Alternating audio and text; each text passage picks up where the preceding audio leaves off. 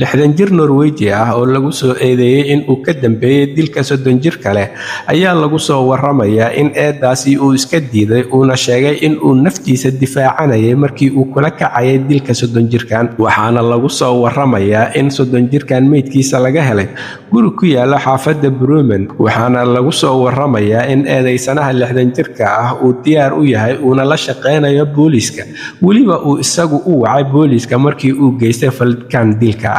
waxayna boolisku sheegeen in ay hadda baaritaano xoogan kiiska ku hayaan ninkan 60 jirkaana loo soo xiray laguna soo eedeeyay falka ah inuu ka dambeeyay dilka 30 jirkan ayeshee booliska ayaa sheegay in ay baaritaano socdaan oo aysan eedu ahayn oo kaliya dilka inuu ka dambeeyay uuna isbedeli karo xilli kasta uu noqon karo mid ah inuu ninkani naftiisa difaacanayay balse waxa ay sheegeen in ay ilaa hadda ninkan ku hayn doonaan xabsiga magaalada Oslo ee caasimadda waddanka Norway halkaas oo su'aalo lagu weydiinayo booliska ayaa xaqiijiyay in labada nin kan wax dilay iyo kan la dilayba uusan jirin xiriir qoys oo ka dhaxeeyo hay'adee ay ahaayeen rag macaarif ah oo ay aqooni ka dhaxaysay dhacdadan ayaa markii ay boolisku ku baxeen waxa ay ugu tageen 30 jirkan oo meyd ah guriga halkaas oo ay ka soo wadeen iyagoo sameeyay baaritaano kala duwan goobta ay wax ka dhaceen waxaana ninkan hadda 60 jirka ah uu ku jira xabsiga magaalada Oslo isaga oo inkirsan misna diidan